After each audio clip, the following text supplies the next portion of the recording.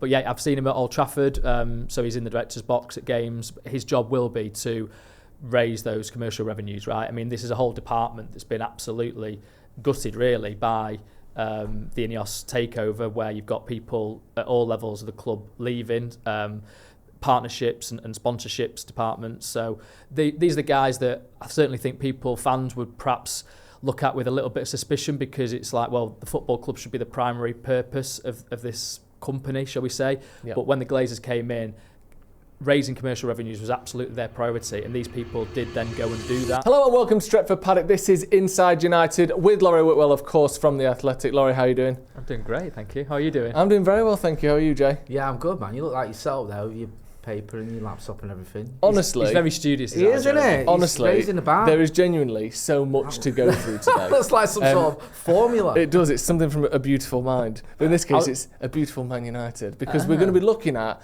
Manchester United's structure.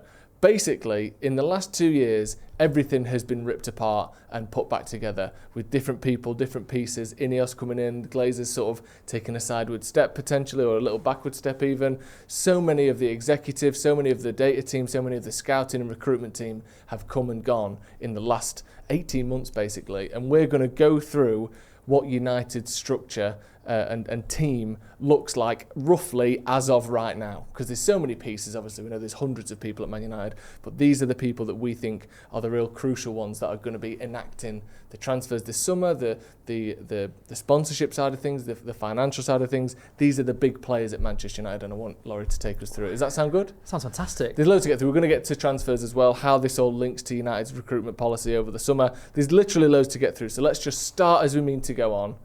We're going to start from the top and work our way down, okay? Yeah. So the owners of Manchester United, that is the Glazer family, most notably, I think, Joel and Avram, is that correct? Yeah. And then obviously INEOS. Yeah. Is that's correct as it stands? Yeah, correct, yeah. So Jim Ratcliffe basically bought the shares, didn't he, through his trawlers company, and then transferred those shares to INEOS last, I think, December it was. So, yeah, they are now INEOS owned. It's 28.9%, I think, and the Glazers have got just under 50% in terms of the actual ownership of the club, but they've got more voting rights because their shares carry more weight. Which still feels like some weird, impossible thing. I don't know how it's allowed, it's really, but yeah, we own less than 50% of the club, but we have way more than 50% of the votes. Yeah, it's like 67%. Yeah. How is that? That doesn't seem legal no, at all, does it? I mean, obviously it is. Yeah. So let's go sort of to the step down from there. We've got kind of board members, and there's a lot of board members, and I think some of them are sort of more kind of worthwhile to talk about than others. Obviously, some of the people we've just mentioned, you've got the Glazer family, Kevin, Brian, Darcy, Casowitz, now not Glazer, but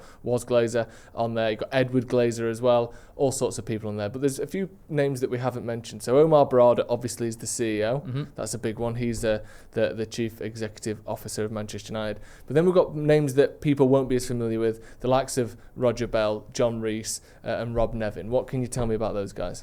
Yeah, so Roger Bell is the Chief Financial Officer, so he replaced somebody called Cliff Beattie, who had been at the club for several years under the Glazers, and Roger, I think, was actually retired when he got the call from Jim to come on board and do the financial work at United. So he's somebody from the INEOS camp that Sir Jim Ratcliffe has brought on. And then also John Rees, co-founder of INEOS, is a very rich man. He's on the board as well. And then Rob Nevin is the other one as well. Yep. So he's director, I think he's chairman of INEOS Sports, So yeah, again, INEOS sort of background, brought onto the board. I think they're involved in that kind of higher level of decision making, maybe present at some executive committee meetings that we have sort of every month or so. So yeah, that's the kind of people that are on the board from an INEOS perspective. Yeah, I mean, there's so many people that have come in with INEOS, isn't there? It is like, we'll get through it, and you mentioned it before we went live, Jay, like, it's almost like a sort of Man City meets INEOS meets F1 kind of reunion at Manchester United, isn't it? It's like all the people they know and have learned about in their 20-year experience or 15-year experience in sport has all kind of culminated in this. Let's go down to the sort of the next level where you've got the likes of Jason Wilcox, you've got Christopher Vivell, who I want to sort of stick on a little bit. He's a name that people are kind of more aware of. These are the people that are sort of overseeing some of the footballing side of things. Obviously, Wilcox, the technical director, we hear his name mentioned anytime United are linked with anyone, anytime a new player comes in. It's, I think Jim Ratcliffe said himself, we don't have a data department, we just have Jason Wilcox's eyes, which is one of the most romantic things I've ever heard in my life. And if someone ever said that about me... most troubling things I've heard in my life. It's make me think of Deep Blue, obviously the old computer, his eyes deep and blue. Is that I don't know, what maybe that's there? what it is, Deep Blue Wilcox. But I think Christopher Vivell's an interesting one, because that's a name that's like, 12 months ago, no one had heard of him, and he was kind of working away in the background. And slowly but surely, he's sort of gone up and up and up like this, to the point where now he's the director of recruitment permanently at Manchester United. So talk to me about what he does, where he came from, and how he's made this ascent at United. So obviously when Ratcliffe got control of the club, they were looking at reshaping the structure, which I think people understood, right? I mean, if you own something, you're going to want your own people in there.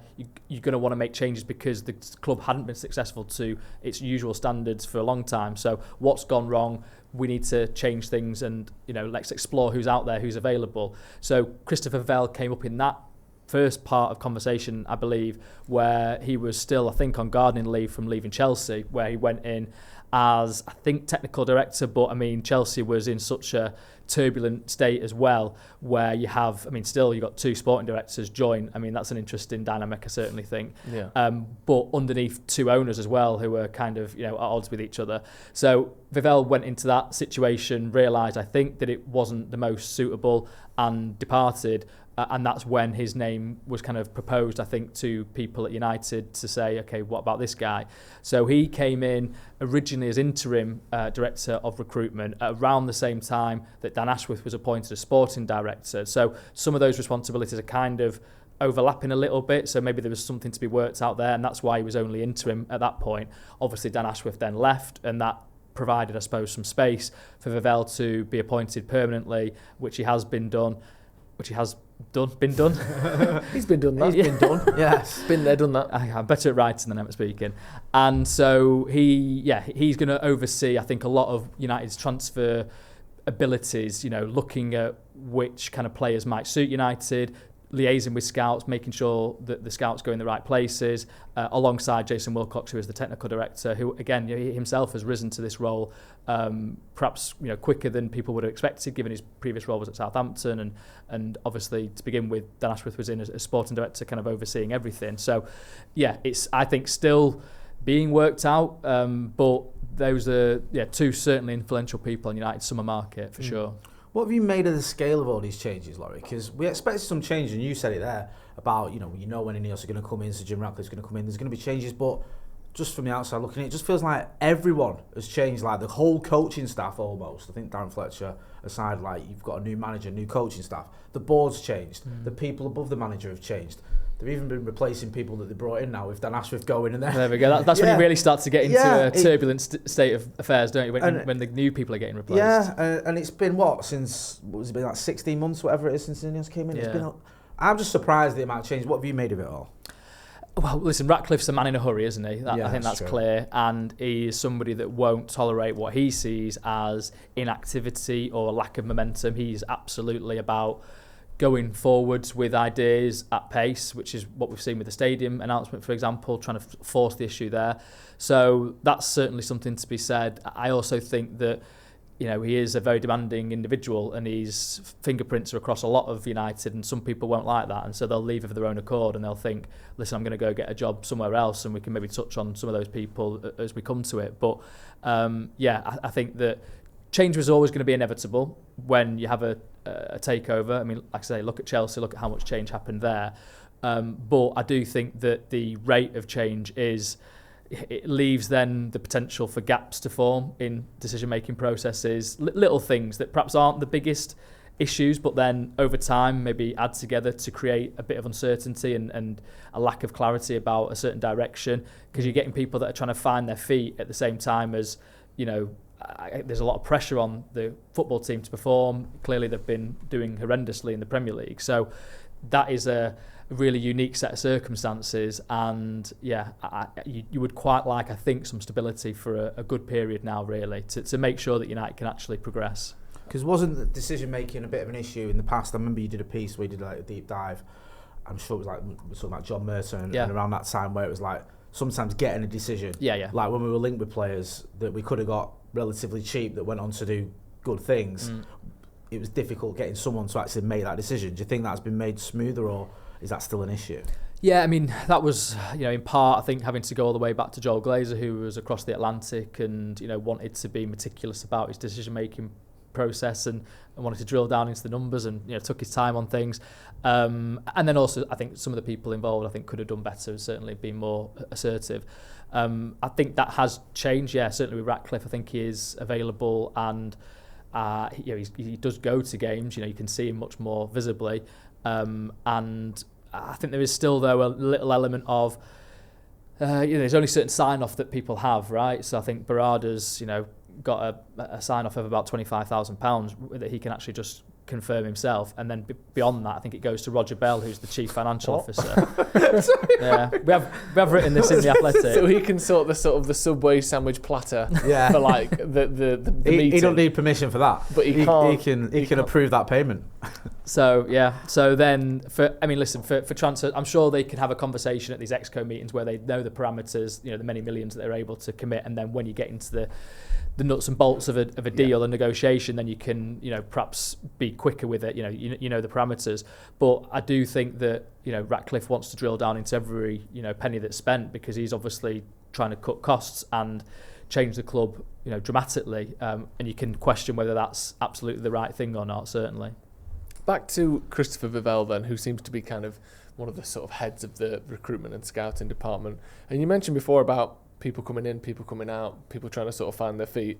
In terms of notable departures in that area, you mentioned a couple of weeks ago on in an article, we spoke about it on here I think as well, about Steve Brown leaving. Yep. He was the director of scouting at Manchester United. Yep. He's still there until, is it the start of June? June the 30th. The end of June. So he'll be there until the end of June, but he is someone that's leaving. He was the director of scouting. So that's a big change there, that obviously Vivell presumably is going to sort of absorb some of his work. I think so, because it was proposed to Steve Brown a new role under Vivell and Wilcox that he, at his point in his career, didn't want to take. So, I think Vivell will now basically oversee the scouting operation. What that job was for Steve Brown was basically deciding where scouts go all across the world. As we said, they had a lot of them, and making sure that the reports came in, and then sort of then acting on those, feeding those back to the people that would make the decisions. His role wasn't necessarily a decision-making, opinionated role, which I think some people questioned. They thought that someone in that position should voice an opinion on players, and I think he then ultimately did in certain transfer windows under Ten Hag. I think Vivell already comes in with that background. He was at Red Bull Group before he was at Chelsea, for example, so he's got that history, that pedigree of making calls on players, which I do think you need in a role like that if you're going to oversee a whole recruitment department.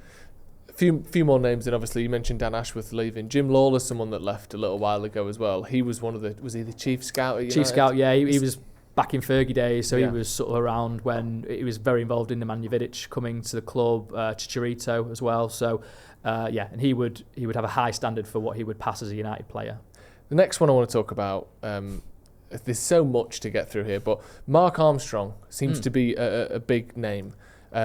Chief Business Officer, brought in from PSG, I believe. Yeah, left PSG, and so he could come to United. Left PSG and came to United, He's new. What's he doing? How does that look? And why is he sort of trusted by this sort of inner circle? Yeah, I mean, he's obviously done, I think, good work at PSG. I know you can say, well, they're owned by, the Qataris, but I think ultimately they have raised commercial revenues there. So, I think I imagine would have known Jean-Claude Blanc, who used to be at PSG as well before joining INEOS and being involved at United on that sort of higher level. But I've seen him at Old Trafford, so he's in the director's box at games. His job will be to raise those commercial revenues, right? I mean, this is a whole department that's been absolutely gutted, really, by the INEOS takeover, where you've got people at all levels of the club leaving, partnerships and sponsorships departments. So these are the guys that I certainly think fans would perhaps look at with a little bit of suspicion, because it's like, well, the football club should be the primary purpose of this company, shall we say. But when the Glazers came in, raising commercial revenues was absolutely their priority, and these people did then go and do that. You had big deals being struck even now for Adidas, the kit deal, 90 million quid a year, Snapdragon, which is beyond, I think, what people expected at the time. And so these people that actually made those deals have left. So it's now up to Marc Armstrong to kind of continue that. For example, there's no training kit sponsor, I don't believe, for next year. So that's like a big amount of money that could be coming in. So yeah, you had like people like Victoria Timpson, who I think did the Snapdragon deal. She left. James Holroyd, who was, I think, Chief Commercial Development Officer, he did the Adidas deal. He's going to become Chief Executive of Burnley Football Club. So that's a big sort of role for him. So these are the kind of people that are leaving, and then you're getting new people in that have been backed by Ratcliffe to go and do the job. And obviously it's a big job to do, so let's see how they go. I don't mind sort of change and new people coming in. And one of the criticisms I always had of the Glazers was at times it felt like they were just getting in people they knew or that weren't qualified. Yeah. That was a criticism. Promoted from within always. Yeah, it always trickled down from Ed Woodward, didn't it? Ed Woodward, yeah, and it was like, has he got the sort of the experience around football to be arguably the most important person at Manchester United? Ran the club for so many years. Yeah. It's bizarre. We were just, because obviously it's 20 years since the Glazers took over this week, and we've done a few pieces on it and got some podcasts to come. But he was basically the banker that enabled them to get the loans, the risky loans from JP Morgan to then take over the club. So then he's rewarded by being given the executive vice chair role, and then he then runs the club for the next decade. And so it all stems from that. Yeah, that was just ridiculous. I don't want to sort of go off on a tangent. Don't apologise, because it needs to. I'm glad you mentioned the fact it is 20 years since the Glazers took over, and we're still suffering with the sort of the disaster that their tenure has been so far, or their ownership has been. And we're sat here talking about it now and talking about United sat in the bottom half of the table for a reason. And I think it all stems from that. But yeah, I do like the idea of bringing in people who've got experience in certain roles, though. I get that, and I think that's what has been lacking. And it does certainly seem that that's what INEOS are doing. It's just whether certain roles are translatable, like if they're coming from a F1 background or they're coming from a sort of I don't know, petrochemicals background. Does that translate into Manchester United, into a footballing role? Yeah, absolutely. Another person I want to mention, who's a name that's been around for a long time, and yet I never really hear people talk about what she does and why she's so important at Manchester United. But that's Collette Roche, the COO, Chief Operating Officer. Like I said, a name that we've seen loads, but I've never really, shouldn't seem to get the attention of a Wilcox or a Berardo, or even in the past looking at a Murtaugh. I know maybe it's a slightly smaller role, but it's a very important role. And maybe not worth mentioning, but maybe worth mentioning. I've got about 30, 40 names on this piece of paper here. She's the only one that's a woman. I'm not saying that that's a particular reason, hiring policy, obviously not. But that does stand out as a person who's such a high sort of position in a sea of men running Manchester United. Yeah. What's she like, and what does she do at Manchester United? Yeah, I think there should be more women, to be honest. Yeah. No, she's very good. She came from Manchester Airport to be Chief Operating Officer at Manchester United. And I think you haven't really heard about her that much because it's not a football-facing role that she's had for the most part. I think people are interested in, signings and how the football side of things are doing rather than necessarily the business, which was her domain. And mainly she kind of looked after the stadium, Old Trafford, the running of it. And then also, say, for example, probably the football-facing role she did have was looking at, pre-season tours, for example. So, with the American tours, she'll be across that. She'll go out and do recce's, in the places that they're going to visit, that kind of thing, and then talk with the manager and ask him if it's okay that they're going to go to America and try and, I mean, it's ultimately a club call, right? It's not a manager that makes that decision, but try and at least make it so that it's not too strenuous on the players. And I think there's certainly been, perhaps examples of that where it's not quite worked, hasn't it? That first summer with the second summer with Ten Hag when it was East Coast, West Coast, that kind of thing. But then more recently a role has changed. There was an introduction of a guy called Gary Hemingway when you mentioned INEOS figures. Yeah. He's somebody that was big in operations at INEOS, so I think went to Grangemouth and sort of did that work there where they were closing down that plant, which wasn't a popular situation to be involved in. And again, similarly here at United, I think he's looking at sort of cost management as well, and that brings with it its own friction. So he sort of took over the stadium management at Old Trafford, which was sort of Collette Roche's responsibility. And so then she, I think, adopted more of the football operations side of Old Trafford and Carrington, logistics, that kind of thing. But then they've recently announced United that she is going to be chief development officer at the new stadium, the proposed new stadium, coming into effect in June, July, when the renovations are done on Carrington. So yeah, a lot of moving parts. Yeah. But she's actually the only person on the executive leadership team that is still at the club from the previous regime now. So all the other people at that level of management have now departed. That's pretty impressive, isn't it? And also it seems like, I know obviously someone's got to oversee the stadium stuff, but that seems like a massive task she's been given there. Obviously the pre-season tours are very important, but the new potential 100-year home of Manchester United in an investment looking sort of north of £3 billion, that's a massive thing that she's overseeing there, isn't it? Yeah, she was there with Omar Barada at the unveiling at Foster & Partners offices. She answered some questions for journalists, and yeah, she's a sharp woman, and what people say to me about her is that she gets things done. So yeah, I'm sure she ruffles feathers at times, but equally I think that if you're trying to pull off a project like this, I think she's a good person to have there. But yeah, I mean, I think she got linked with the Newcastle United chief exec role not long ago. So there's that sort of possibility, I suppose, at some point. But yeah, it's a fascinating dynamic, all of that. How it's going to shape up, because the stadium is such a big project. How are they going to get financing for it? And so that's going to be an essential part of her role. Yeah, I think I first saw her talking at the stadium meeting they had at Old Trafford, where they were talking about whether it was going to be a new stadium and whether it was going to be a regeneration of Old Trafford, and you could tell she came across very well, and obviously sort of across it all and understood what was going on. Well, I think in it's terms things of the sort of different dynamics to it all. Sorry, Jay. I think it's things like the safe standing that they've had at Old Trafford. They're taking out the executive seats in the Stretford end. I think those are good aspects of her role. Working with Rick McGar, who's I've got to get this right, Chief of Fan Engagement, I think. So, I mean, he was actually Richard Arnold's first appointment as Chief Executive when he first came in, and obviously he's departed now. So it's stuff like that then there's a tangible effect of that. You can see the fans are getting, I think, the benefit of that. We saw the atmosphere ahead of the Lyon game, the Athletic Bilbao game.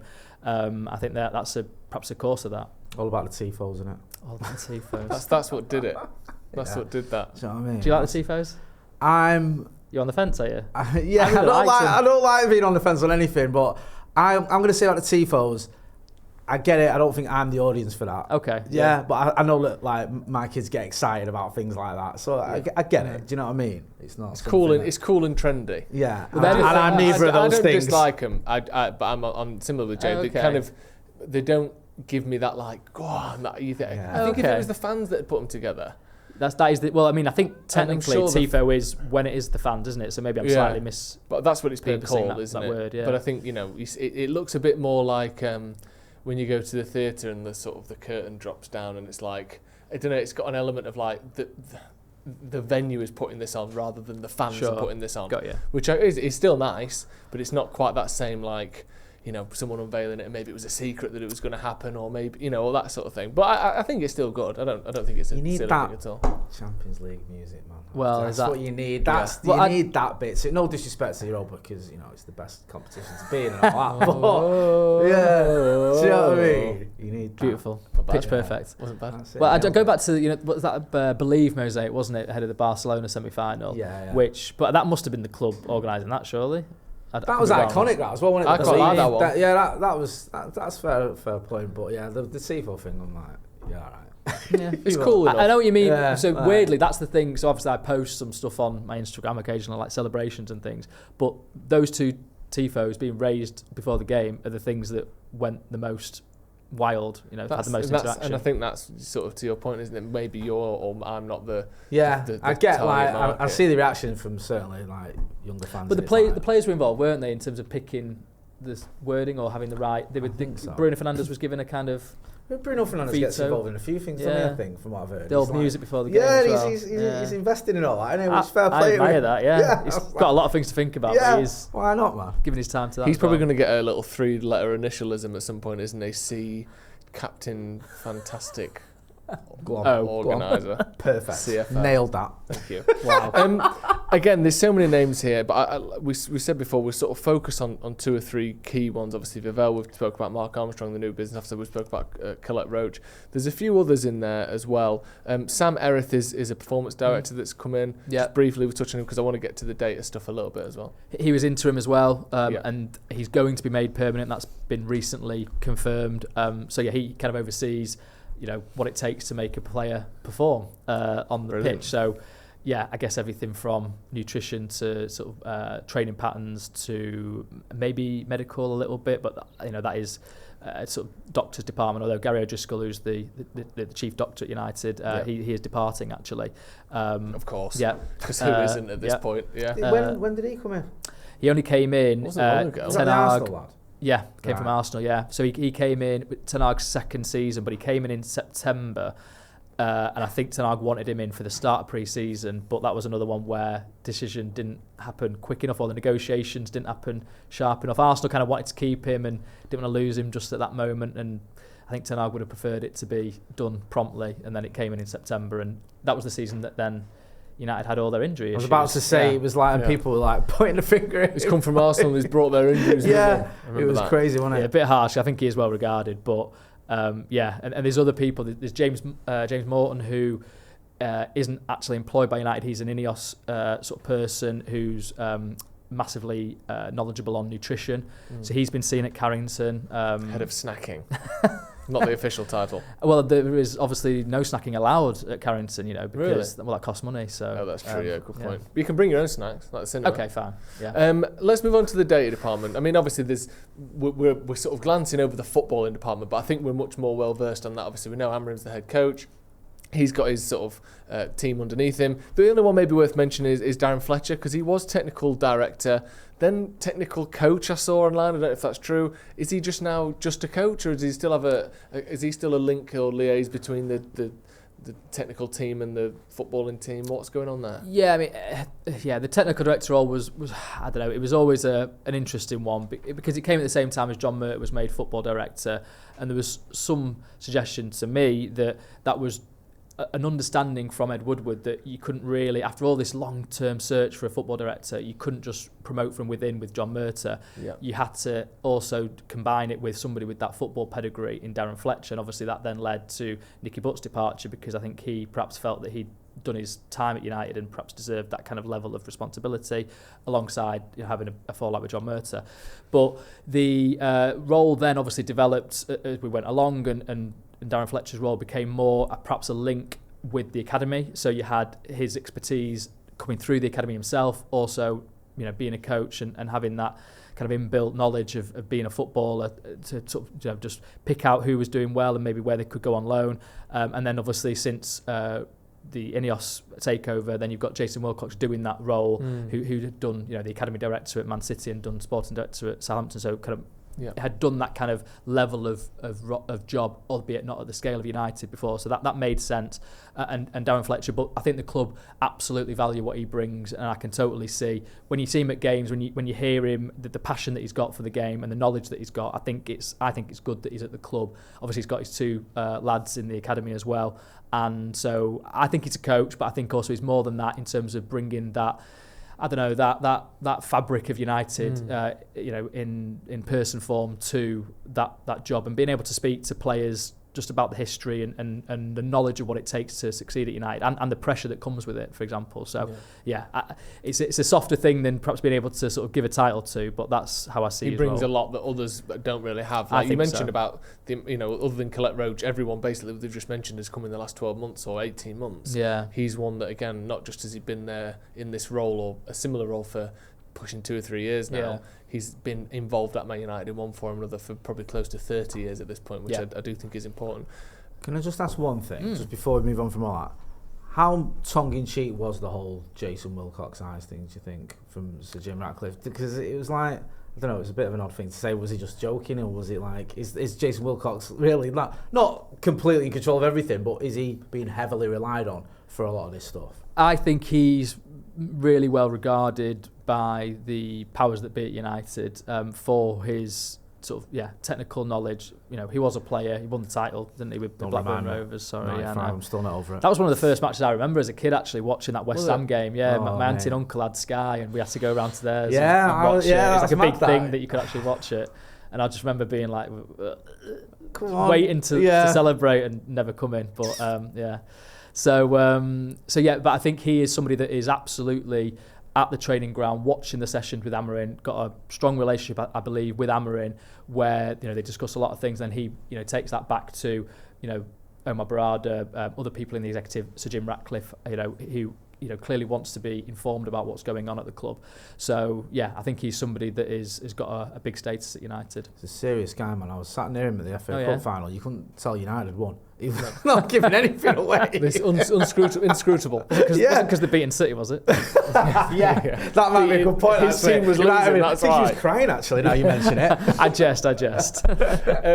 Let's move on to the data department. You mentioned there about Jason Wilcox's eyes being our current data department. Well, that isn't technically true, is it? This is one of Jim Ratcliffe's sort of, I don't want to say Donald Trumpisms, but there are some similarities. That kind of like, I'll say it for effect as much as for truth. And wasn't there a report as well that potentially the Glazers weren't too keen on the old statement about being bussed by Christmas? I don't know how. There was a report. There was a report about that, wasn't there?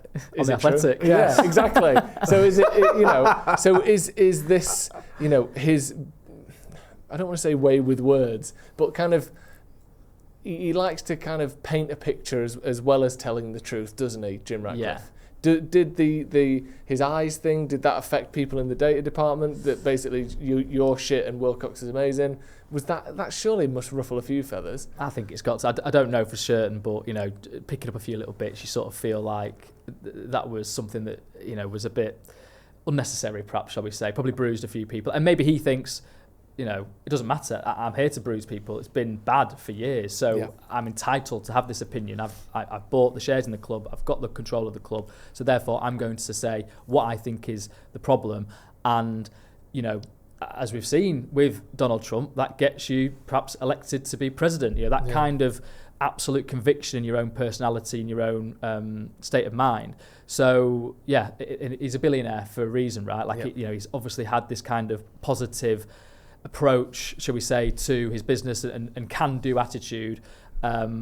Clearly, that might create a few, bruised egos, but he, will want to change things, and so they've made some changes on that level. I do think that the people that United hired are pretty competent. I've said that before. I understand that. Getting to a level where they're actually influencing which signings are made is then another step, and that maybe they're still not there yet. But there's a couple of people that have come in under this new regime. Well, let's start with one of them, Michael Sansoni, who I believe came in from Mercedes F1 team. Yep. Again, obviously closely linked with INEOS, big sponsor there. Yep. What do we know about him, and what will his role be in that new data setup? Or I say new. Revamped data setup, whatever Jim Ratcliffe wants to call it. Yeah, let's say revamped, because it has been around for a few years. This was something that Murta was trying to introduce at United, and Dominic Jordan was the director of data science, I believe. He left under since the INEOS takeover. So Michael Sansoni, I think, will head up that team of data analysts. I think it's only a few handful, and he was basically, I think, the guy at Mercedes that would liaise with Lewis Hamilton, for example, and clearly his background is in data analytics. So let me have a look. Graduated University of Southampton with a first class degree in aerospace engineering in 2015. Jeez. So and now obviously the question is, can you translate that to football? We've seen this. That was a question about Dominic Jordan. His background was fashion, for example, and then he came in, and so obviously numbers are numbers, right? Yeah. It's then knowing what numbers mean something significant and translating that into definitive action by the people that ultimately make the calls. Yeah. No, I mean, that's the sort of the weird conundrum, I think, with some of this, is that we've always wanted people with expertise to come into United, and it's been a sort of criticism we've always had.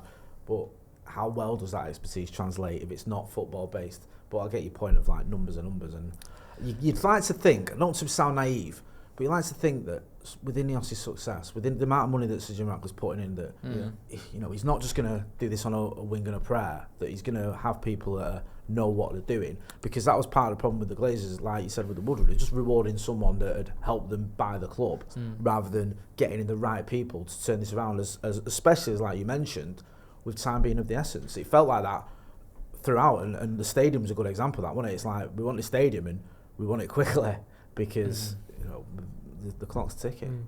Speaking of wing and a prayer, that was the name of your failed low-cost budget airline, wasn't it? I think yeah, it was the emphasis we ran out about an aerodrome and we had a few issues with couldn't get the off the first ground. flight. It just, If you still had it though, you'd be able to charter some flights to Bilbao, wouldn't you? I would You could make a killing, You probably could, yeah. but you might. Winging a prayer might also lead to some Yeah, actual we killings. put it on hold for the time being. We are looking for investment if anyone's interested. Indefinitely postponed, that one, isn't it? I think that sort of sums up nicely where we're up to with a lot of this stuff. There was one person I forgot. It's only very small. He's Columbo'd On the me. date of just one more thing. Dan Nicol, who's also Is he on been your hired. Yeah, look at the state of This that. is like Goodwill Hunting. Has anyone ever seen the film Goodwill Hunting? Yeah. Do you know what I was going to They say? leave it on the wall for someone to solve.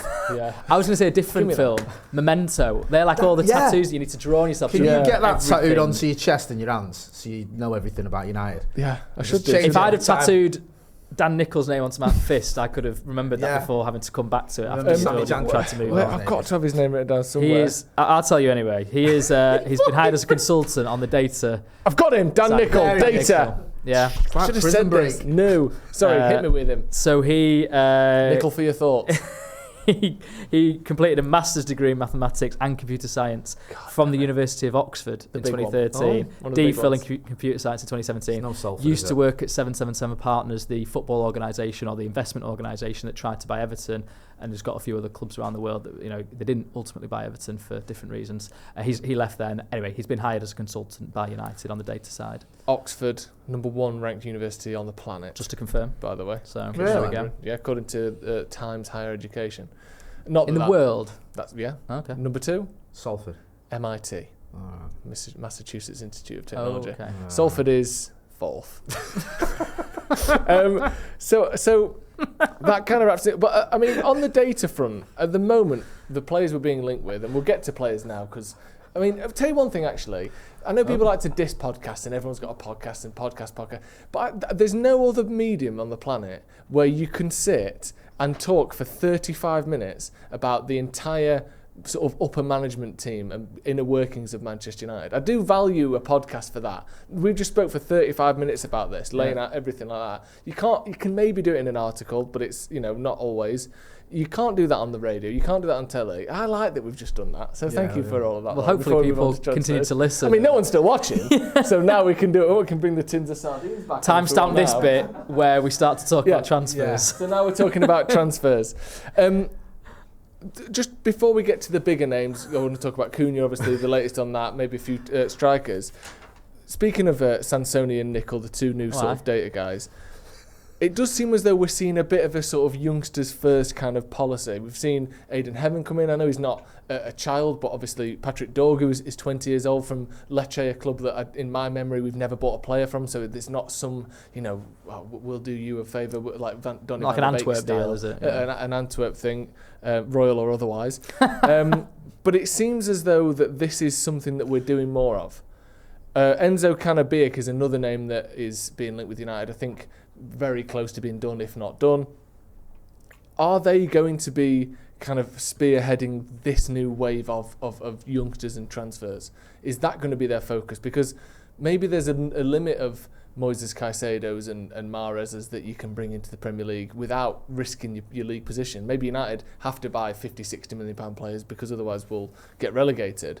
But these youngsters, do you think that's maybe where the data stuff is going to really show itself? That's the hope, right? And certainly that's something that I think taps into Wilcox's wheelhouse, given his academy days at Man City. Also Vivell, I think, for example, the Sekou Kone deal. Yeah. He had been scouted previously, under Steve Brown's, directing, but ultimately it was when the new guys came in that deal was then completed. And I think there's certainly a bit more aggression in the youth market than there was previously, where there'd perhaps be caution over certain deals that probably were difficult to do. I think United are now trying to be creative with how they can go about sealing them. Obviously, they've got to be 18, haven't they, to come and join United. That's the rules of Brexit that have been impacted, clubs for a few years now. But I do feel like this is something that they're going to try and do. It's also financial, right? Like if they've only got a certain amount of money to spend, can they go and get a player ahead of the curve? Okay, they're taking more of a gamble, but ultimately might pay off and the value will rise as they come to United. And then if it doesn't ultimately work out, they can still sell them for a profit. That's ultimately what United want to get to, right? I mean, Liverpool have been doing it for years. Chelsea, City clearly have been doing it for years. That being said, United need to succeed on the pitch now. And so how much time, resource, money do you put into that compared to first team level, where clearly you've got a manager who is feeling it after his statements after West Ham again, bringing up his future. So, and that's why I think they're then also looking at Mateus Cunha, for example, as a kind of senior pro to come in straight away and deliver. I'm sorry, I've just got to ask you quickly about that. Just on the Amorim and his comments after what did you make of that, being in that room and seeing that? And him. I wasn't in the room. Oh, sorry. But someone who's covered obviously so many. I've been in a room where he said something similar before. What's your take on that? Sorry to distract from that. No, it's irrelevant. Yeah, you have mentioned it, and it's relevant point, isn't it? I'll leave it. He said something like that previously. Yeah. He said bits like that. I mean, he probably in double figures as to the amount of times he's brought it up. I remember being in San Sebastian before the Real Sociedad first leg, and that was basically the overarching theme of the press conference, where he'd said a few bits in different interviews, and people sort of criticise him for giving interviews, but he has to do it. It's part of United's contract with broadcasters. So, for example, does he have to do so many? Because we spoke about this in my news this morning. Yeah. Because I was looking at a list. He's done a lot of sit-down interviews with Sky, and It's because every time Sky have a game, they get to interview the manager. Right. So this is their pre-Chelsea interview that they've done, that then goes out on the Monday straight away, because obviously, timings of things during the week make it less possible to do it. So they've got to fit it all in. It's part of the contract. Right. It's just that we notice it more because I think Ruben Amorim is a very charismatic guy, says a lot of things. They get posted more frequently than they perhaps would have done under Eric Ten Hag. But it feels like a lot, doesn't it? Yeah, but I was talking about that. Honestly, it's a standard procedure if you're in a Sky game, and they will obviously, it's up to them, and TNT for example, same thing, any broadcaster, but they will then choose to put that on their channels, whereas they might not choose to put other interviews on their channels because they know it won't get as many hits. So that makes sense. Yeah, I have sympathy for him there, because he must just I didn't blame him. I didn't think he was going, oh, can I have another interview? Please let me sit down with Sky again. That's something I didn't mention yesterday or the day before. But that makes, because I was looking at the frequency of some of them, and it was like, I think there's been like 3 sit-down interviews in the last 2 weeks, or whatever, and you think... Because how many times can I watch this man tell you how embarrassed he is and how ashamed and he is? Things have got to get better, and it's like... Ooh. And that's it. That's going to be an interesting thing to observe with the squad. We already had it, didn't we, where he said it was the worst team in Premier League history, and he sort of changed it a little bit and said it was actually I meant me as well as as much as anybody. He even got brought up before the second leg against Athletic Club, where a German reporter, I think it was sort of reminding him of that, and then asked Alejandro Garnacho how he felt about that. It was quite good stuff, to be fair. But Garnacho correctly sidestepped it and just sort of talked about we need to improve, etc. But Amorim again sort of did address it. It's like, well, we are technically the worst team in Premier League history. We will finish the bottom position for United that's ever happened in this competition. So he doesn't shy away from brutal honesty. The stuff about his future is an interesting one, just because where's his head at, sort of saying that. I think he's just trying to be honest, but clearly it's an interesting tactic to take, because you kind of want to convey and portray absolute confidence in your own abilities. That's certainly the tactic that Eric Ten Hag took. He really doubled down on his belief in himself, because I think he felt that he was getting attacked from all quarters, so he had to kind of stick up for himself. Whereas Ruben Amorim, it seems to me, is okay with being honest, and therefore that then can help you as a communicator with your players. When you're being honest about yourself, you can kind of tell the players what you really feel and say, I'm doing this for the betterment of the team. But it'd be, from what I can tell, the people that have put him there are absolutely having faith in his abilities to do this. I don't think there's any sort of doubts there, but clearly, But is he doubting it? Well, that's it. You kind of, I suppose you must do, right? If you come into a season where they've lost they've had 2 draws and 5 defeats, right, in the last 7. Something like that. And I think if they go on, and they could easily lose to Chelsea and Aston Villa. Yeah. They could finish the season, that's it, with 2 points from the final 27 available, which would be horrendous, wouldn't it? So that's Southampton stuff, isn't it? I keep saying this, but you can see on the touchline how frustrated he is with it. Yeah. You can just tell he's Yeah. fed up. I think as well. It's not on him, is it? Or No. and some of the responsibility. I can't just wash your hands of responsibility when United are in 16th or whatever. So you have to look at the manager somewhat. But I don't know, people hate XG or whatever. But if you're creating chances, if you're setting up a team and they're creating the chances, I always feel like that. It's not your fault if those chances aren't You getting can't converted. put the ball. Yeah, in if the you're back the of manager, and I know that, I've never been one who's a massive fan of XG, but it does show you that part of what he's trying to do is working. But what's he meant to do, especially with the team that he inherited? He only brought in 2 players. This is the big thing, right? He's had 1 player, Patrick Dorg, okay, Aidan Heaven as well, maybe you could say, but that's why this summer is going to be so huge. I'm worried that it's too big, because normally a manager comes in and gets a grace period and a load of signings at the same time. So then that first season, let's say he finishes, obviously 17th wouldn't be acceptable, let's say he finished 8th or 9th in the first season, you probably go, you know what, I'm seeing some changes, we've got to a cup final, let's say it's the exact same but we finished higher up, let's give him another season. Then you get another load of transfers and another season having coached the team. With this, he's lost his grace period without having any of his own players. So these players who come in this summer now have to settle in immediately to put him where he would be in his second proper season if he'd come in pre-season. So I feel like he's kind of a transfer window behind. Like I'm worried that so much has got to happen in his favour this summer for it to be smooth sailing next year. It's like you said as well. It felt like Rude had his new manager bounce. Yeah, it felt like Rude got stole Amorim's manager bounce. Because the different voice, the change. Yeah, of and manager. then the uplift and the fans sort of going, okay, it's not worked out on the 10 hour. Obviously Rude's a legend, so it's slightly different. But then, first game Ipswich away, you take lead after 4 minutes, then you draw, and then there's Ed Sheeran gate, and it just feels like, rubbish. Do you remember that? Yeah. It just feels like, oh right. Here we go. He said then, didn't he? I don't want to do any more interviews. Yeah, exactly. That was the straw that broke the camel's back. Let's move on to some transfers then, obviously, because that is a big thing that's coming up. United in full sort of transfer swing. We spoke about Mateus Cunha a lot. Has there been any change on that front? Is it any more or less likely than it was a couple of weeks ago? I think it's still the same as what it was a couple of weeks ago in terms of it feeling positive, and obviously it just gets to a certain point when United would then be able to trigger the clause in his contract. Clearly, that the fact that they could be in the Champions League after all this is a very pertinent point.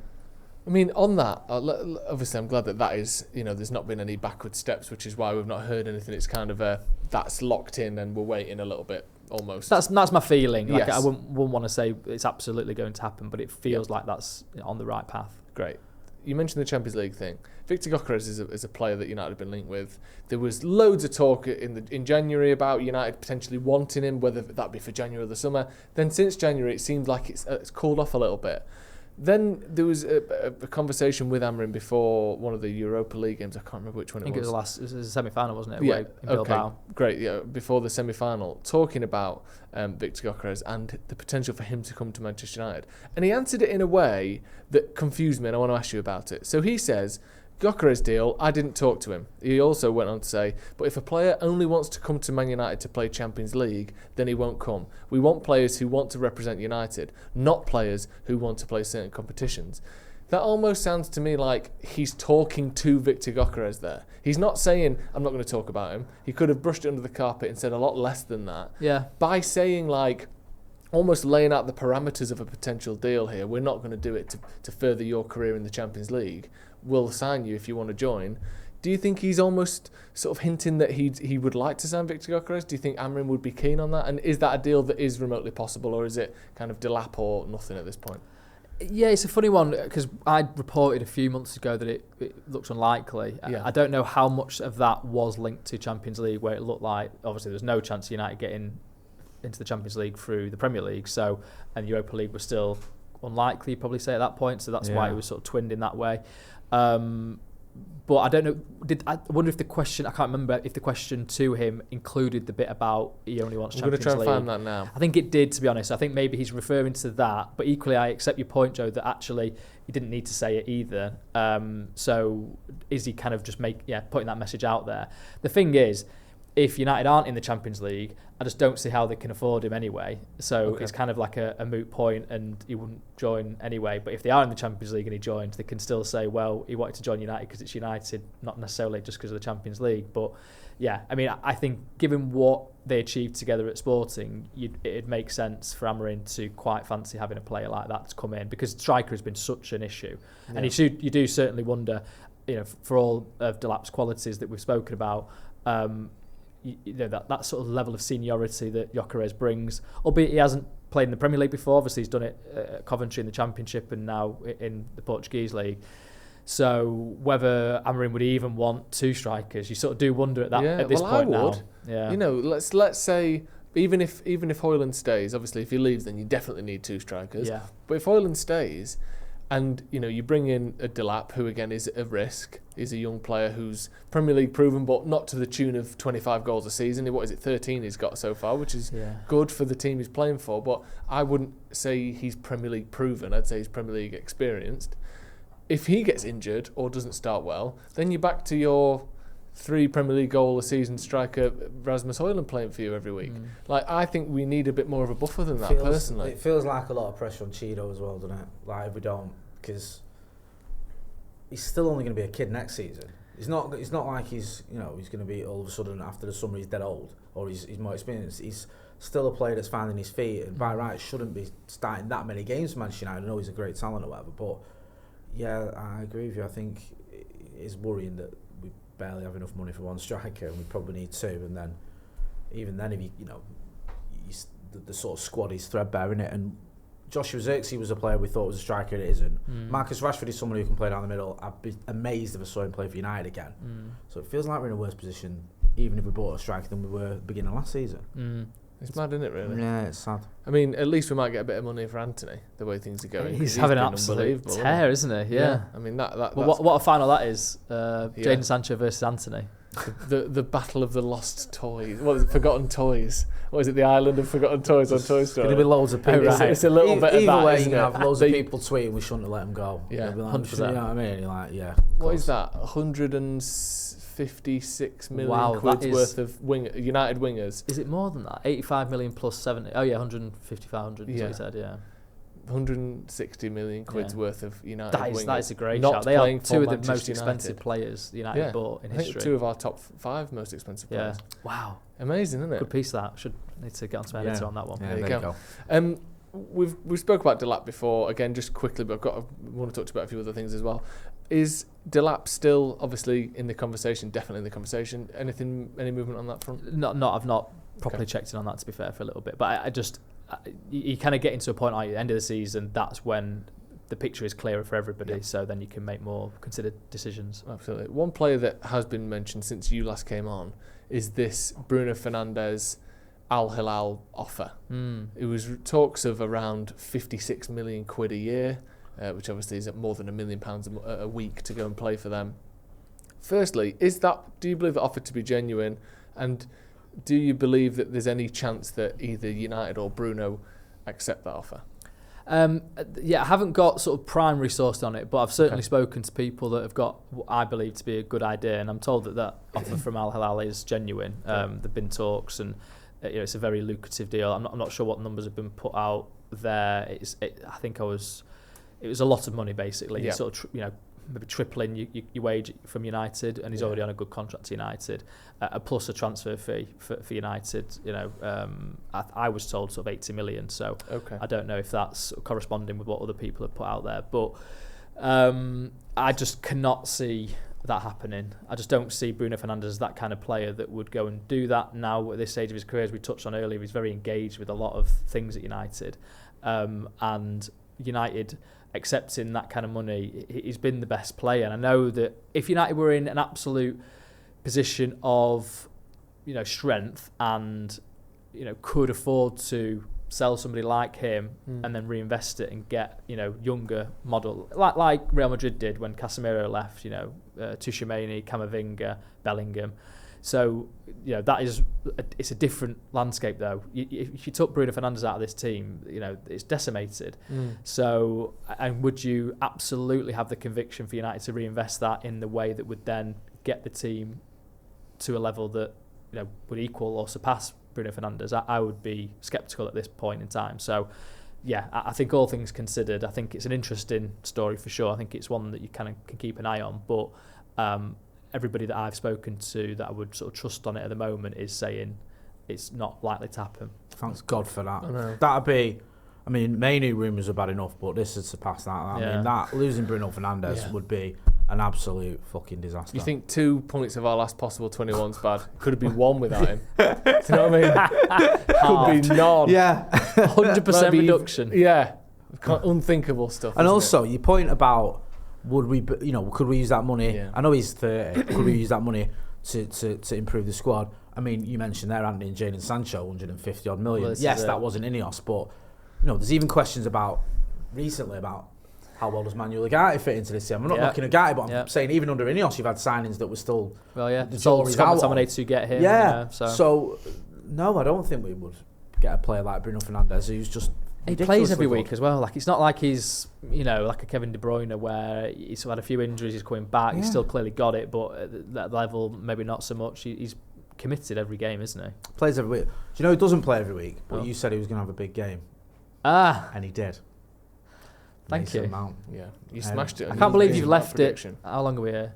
53 minutes into the pod. This should have been the lead I could item. see you were looking at me waiting for me and Joe. Like, I actually didn't know where you were going with this. I was waiting for the right segue, because you said he's got a moment coming up, didn't you? He's got a big moment in him. And then, lo and behold...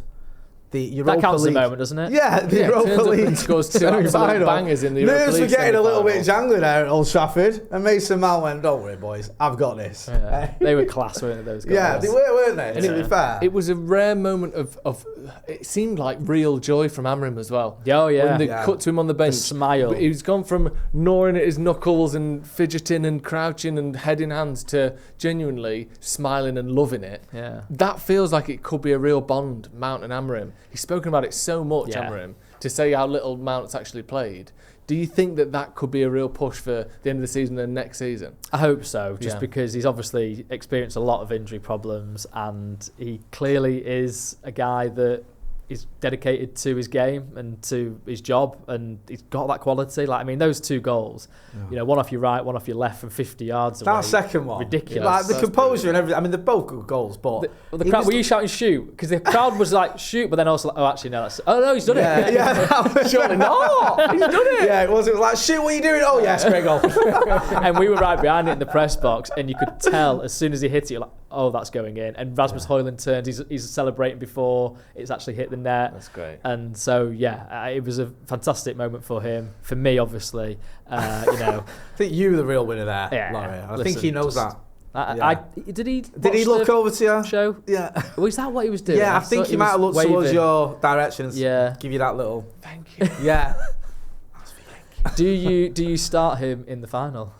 Oh, as it stands, I think off the bench 50-50. Yeah, I wouldn't be angered or upset if he did start, but I wouldn't. For me, I think if it became a choice of, say, him or Ahmad, for example, Ahmad. So what, Garnacho and Ahmad is the 10s? Well, I don't know whether, because I don't know what's happening with maybe Ugarte and Casemiro and Bruno. What's that midfield look like?